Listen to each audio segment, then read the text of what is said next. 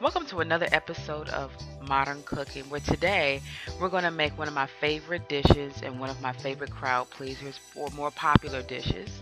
And that's going to be my 7 cheese mac and cheese. And it's just basically macaroni and cheese with 7 different types of cheeses.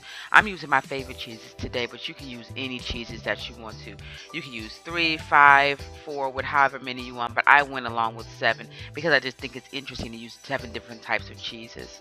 So, as you can see, here are all the ingredients, and there are quite a few. Some of these ingredients are optional, such as the nutmeg, how more or less salt or pepper you want to add. And like I said before, you can add different types of cheeses. I would definitely omit blue cheese, and I would probably add maybe some Asiago cheese just to give it more of a bite if you wanted to have something different. The nutmeg definitely gives it a different type of kick, or gives it a flavor that makes it sort of two-dimensional as opposed to one note. So again, here are all the different types of cheeses that we're using today.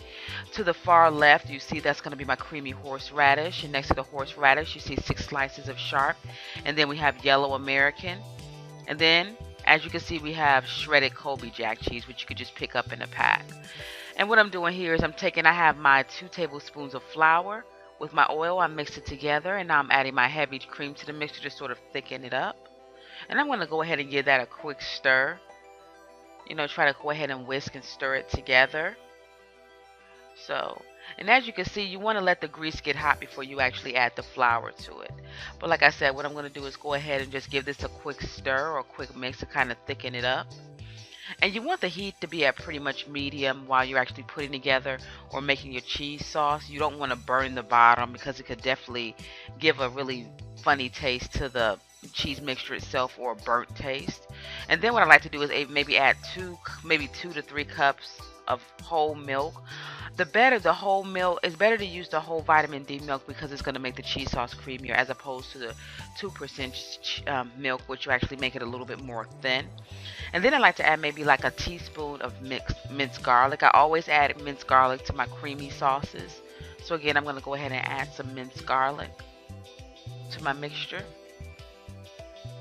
And I like to add all of these ingredients, the non-cheese ingredients, together. And now I'm going to add maybe a half cup of creamy horseradish to my mac and cheese. Some people like to add mayonnaise. I go ahead and I add creamy horseradish, and then I'm going to give that a quick whisk.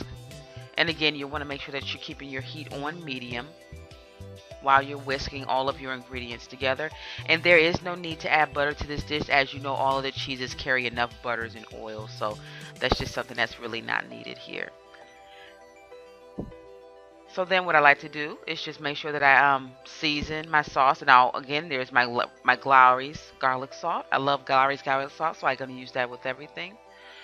And then what I want to do is go ahead and add the rest of the cream that I had sitting. I like to turn my bottle upside down to make sure that I get all of the cream or all the liquids that I can out. I'm pretty sure there are a lot of people that do that. I like to do that even with my tomato sauces or my spaghetti sauces.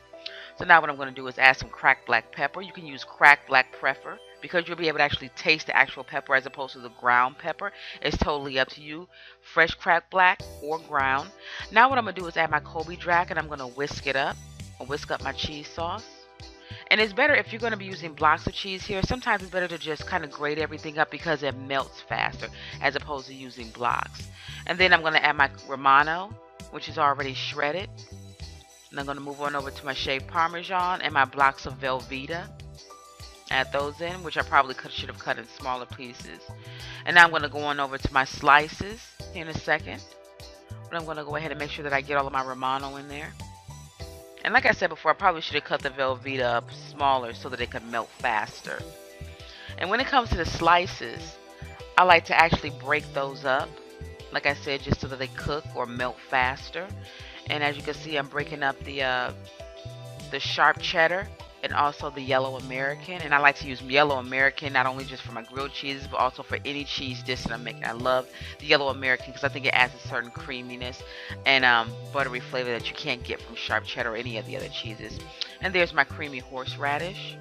It's going to be a little softer than the other cheeses, so it'll break up more easily. And it's a little messier because, like I said before, it's really, really creamy. And of course, like I said before, and I'll say it again, you want to keep your heat at medium as you're mixing all your cheese sauces together.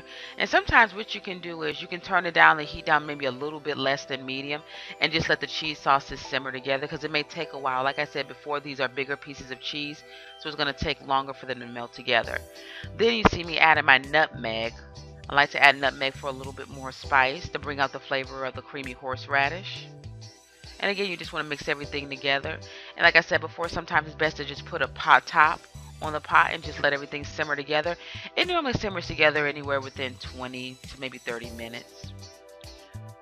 So I'm going to go ahead and put a top and let the cheese sauce melt. I'm going to take a little break. And as you can see, I'm coming back from my break and the cheese sauce is really starting to thicken up and come together. So, but it hasn't quite melted yet. I guess it's those Velveeta cheese blocks. So as you can see, this is the finished creamy cheese product, and I'm going to add it to my macaroni and my cavatappi. And I use the curly cavatappi noodles when it comes to macaroni and cheese. I just think it looks fancier. But you know, you can use bow ties, you can use elbows, you can use any type of pasta because it's all going to taste the same. And then what I like to do is add more garlic salt for taste. And again, you can use garlic salt or you can just use regular salt, kosher salt, or no salt at all. Again, it's totally optional. And I'm going to give my now mac and cheese a quick mix. And now I'm going to go ahead and grease my pans. I have 2 pans here despite the fact that I'm only going to use 1. I always like to use 2 because I never know how much I've actually made until I actually try to get it all into 1 pan and it doesn't fit. So of course I'm putting all my mac and cheese into 1 pot. And as you can see, it came out really creamy. And that's as a result of just letting it all just simmer together for maybe 20 to 30 minutes on a low heat.